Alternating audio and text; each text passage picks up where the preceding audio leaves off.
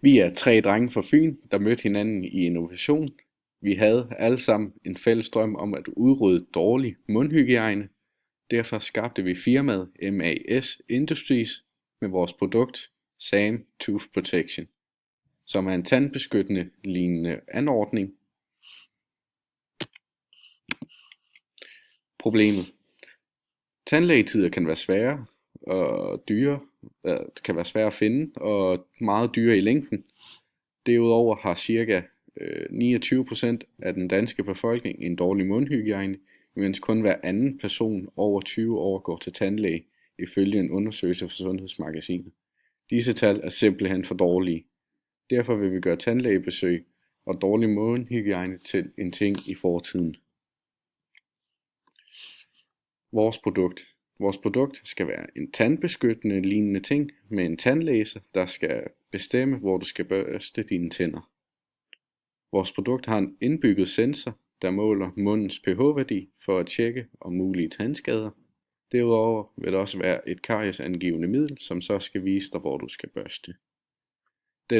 Det data, som vores produkt opsamler, skal videresendes til en app, som man kan få på ens smartphones, som vi vil udvikle.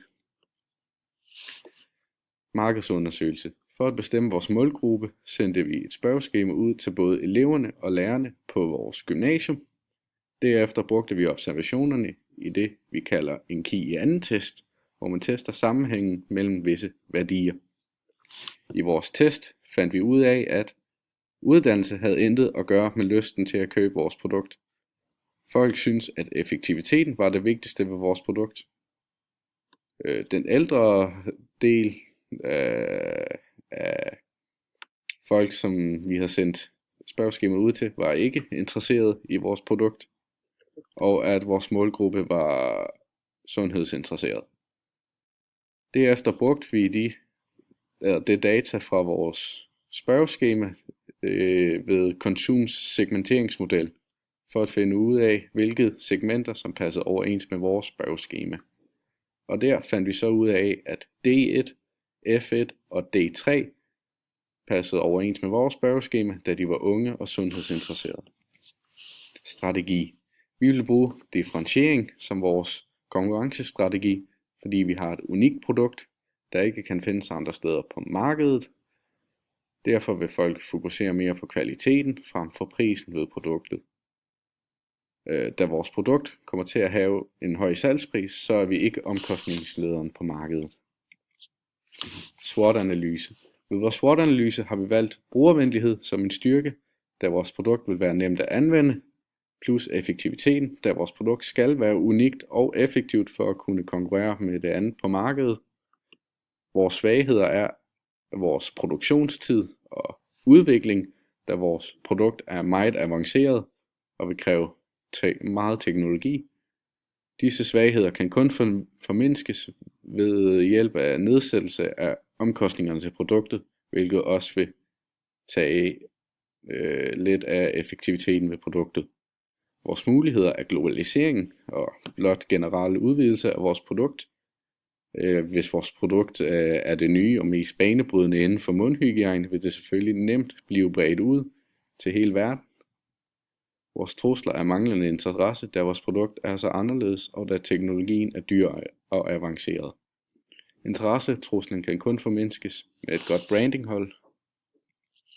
Værdikæde.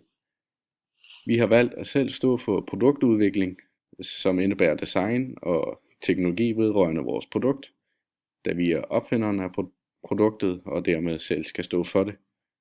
Produktion af vores produkt har vi ikke valgt selv at stå for, da det vil kræve mange maskiner og meget arbejdskraft, så derfor hyrer vi andre firmaer til at lave det for os. Marketing har vi selv valgt at stå for, da vi vil sælge vores produkt til staten, og det vil virke mere professionelt at selve iværksætterne reklamerer for deres eget produkt.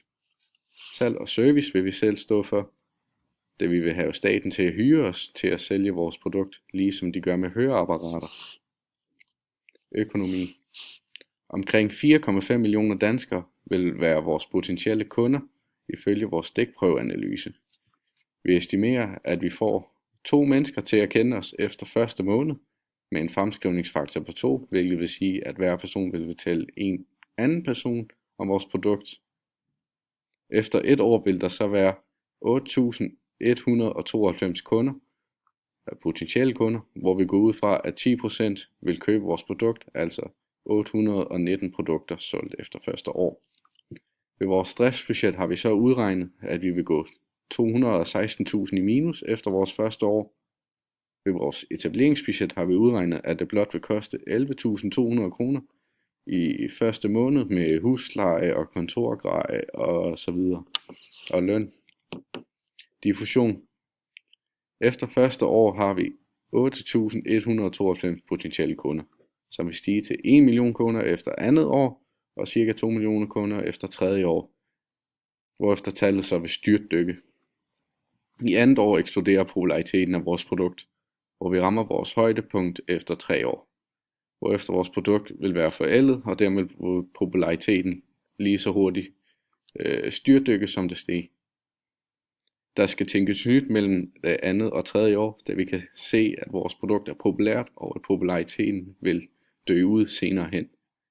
Vi skal tage efter Apple, som smider nye versioner ud hele tiden af deres produkt.